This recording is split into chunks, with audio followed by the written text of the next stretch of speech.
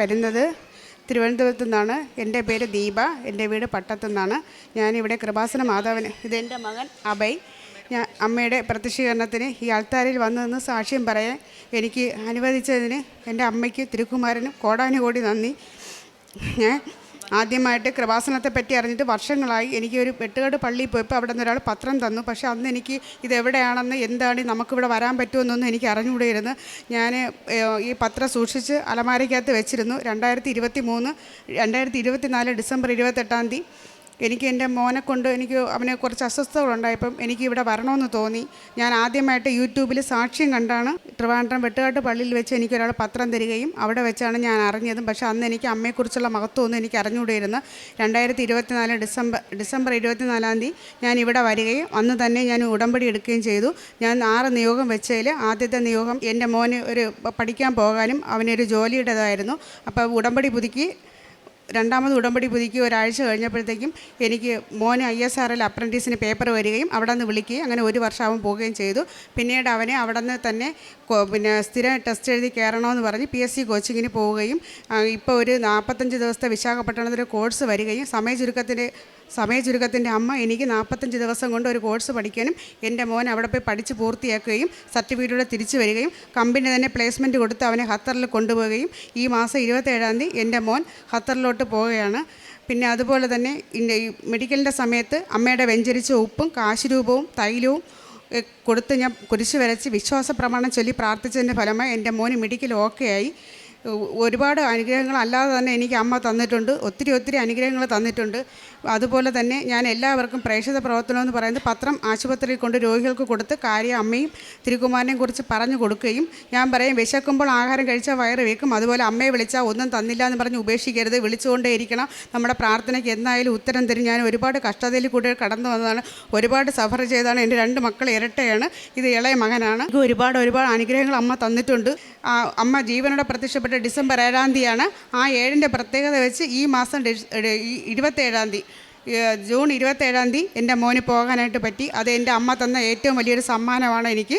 എൻ്റെ അമ്മയെക്കുറിച്ച് എനിക്ക് കൂടുതൽ വിശ്വാസം വന്നു. അന്ന് ഞാൻ എൻ്റെ മോന് ഒന്നും ആയില്ലല്ലോ, അമ്മ എന്ത് ചെയ്യുമെന്ന് ഞാൻ ഇങ്ങനെ അടുക്കളയിൽ നിന്നുകൊണ്ട് ഞാൻ അകത്തോട്ട് ഇങ്ങനെ ഫോൺ എടുക്കാൻ വന്നപ്പം പെട്ടെന്ന് ഇങ്ങനെ വിചാരിച്ചത് മുല്ലപ്പൂവിൻ്റെ ഒരു സുഗന്ധം. പെട്ടെന്ന് ഞാൻ വെച്ചാൽ ഇവിടെ ആരും പൂ കൊണ്ട് വെച്ചില്ലല്ലോ. അങ്ങനെ 2-3 പ്രാവശ്യം എനിക്ക് മുല്ലപ്പൂവിൻ്റെ സുഗന്ധം അനുഭവപ്പെടുകയും എൻ്റെ ഹസ്ബൻഡ് സുഖമില്ലാതെ കിടക്കയുടെ ആ മുറിക്കകത്ത് സിസ്റ്റർ സിൽവർ ഗ്രേയിലും ഇങ്ങനെ വസ്ത്രം അണിഞ്ഞ് എൻ്റെ ഭർത്താവിനെ ഇങ്ങനെ നോക്കിക്കൊണ്ട് നിൽക്കണതിനും കണ്ട് എൻ്റെ ഹസ്ബൻഡ് എന്നും വീഴെ എടുക്കുകയും ചെയ്യും. ഇതുവരെ എൻ്റെ ഭർത്താവിന് പൊട്ടലോ ഒരു ഒടിവോ ഒന്നും വന്നിട്ടില്ല. എൻ്റെ അമ്മ എന്നെ കാത്തു രക്ഷിക്കുകയാണ്. അതുപോലെ തന്നെ എൻ്റെ മക്കൾക്ക് 2 പേർക്കും നല്ല ഒരു ഭാവി കൊടുക്കണം. എൻ്റെ അമ്മേനെ എനിക്ക് ആരുമില്ല, എൻ്റെ അമ്മയപ്പനെ എൻ്റെ 2 മക്കളെ ഞാൻ ഏൽപ്പിച്ചിരിക്കുകയാണ്. എൻ്റെ കുടുംബം മുഴുവനും എനിക്ക് ഇനിയും കൂടുതൽ അമ്മയെക്കുറിച്ച് അറിയാനും മരണം വരെ എനിക്ക് അമ്മയുടെ സാക്ഷിയായിട്ട് ജീവിക്കാനും അതുപോലെ തന്നെ എൻ്റെ മക്കളും മരണം വരെ ആ അമ്മയുടെ സ്നേഹത്തിനും തിരുക്കുമാരൻ്റെ സ്നേഹത്തിലും അവർ വളരാനും വിശ്വാസത്തോടെ വളരാനും അവർ നല്ല സ്വഭാവത്തോടെ വളരാനും വിശുദ്ധിയോടെ വളരാനും അവരുടെ ജീവിതത്തിൽ ഇനി ഒരുപാട് ഉയർച്ചകളുണ്ട്, ഇനി ഒരുപാട് കടമ്പകൾ കിടക്കുന്നുണ്ട്.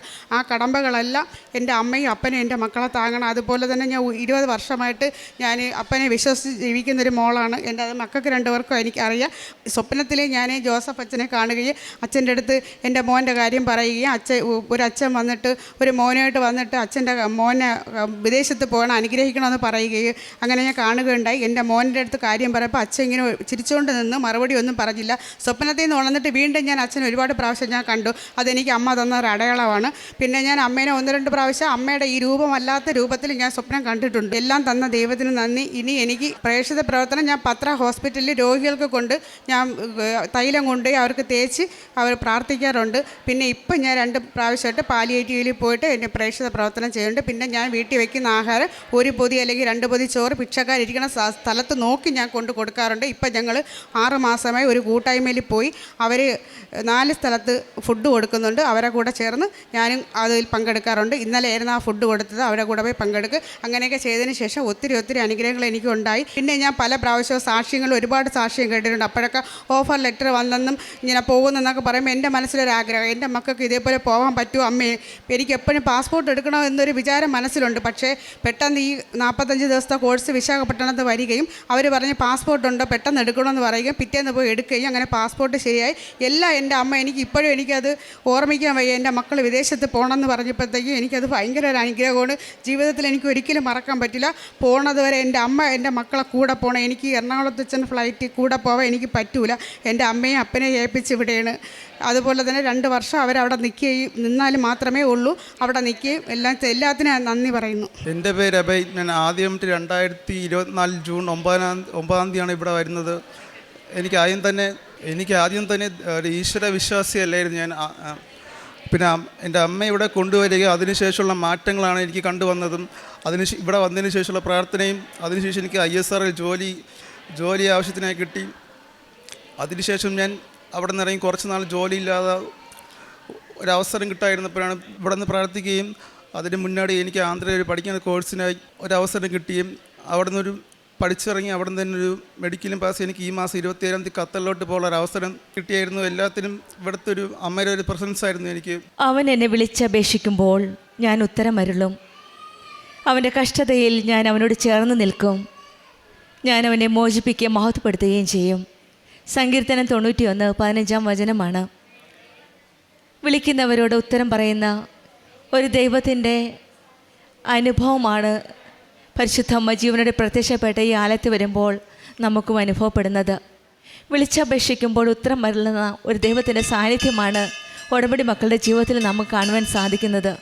പ്രതിസന്ധികൾ എന്തു തന്നെയായാലും നമ്മുടെ കൂടെ നിൽക്കുന്ന ഒരമ്മയാണ് കൃപാസനം അമ്മ.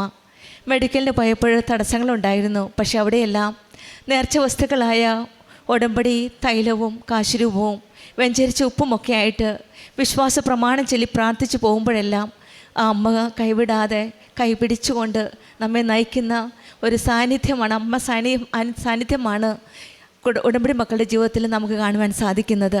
നമ്മുടെ ജീവിതത്തിലും ഉടമ്പടി നിബന്ധനകൾ പാലിച്ച് അവൻ പറയുന്നത് പോലെ ചെയ്യുക എന്ന് പറഞ്ഞ ആ അമ്മയുടെ വചനം ശ്രവിച്ച് നമ്മൾ ഈശോയോട് ചേർന്ന് ജീവിക്കുമ്പോൾ നമ്മുടെ ജീവിതത്തിലും സഹിക്കുവാനുള്ള ശക്തിയും ദൈവ സാന്നിധ്യവും ആ ദൈവ സാന്നിധ്യത്തിൻ്റെ ഉറപ്പും അമ്മ നമ്മുടെ കൂടെ ഉണ്ടെന്നുള്ള ആ അമ്മയുടെ വാത്സല്യവും കരുതലും സംരക്ഷണവുമൊക്കെ നമുക്കും അനുഭവിക്കാൻ സാധിക്കും.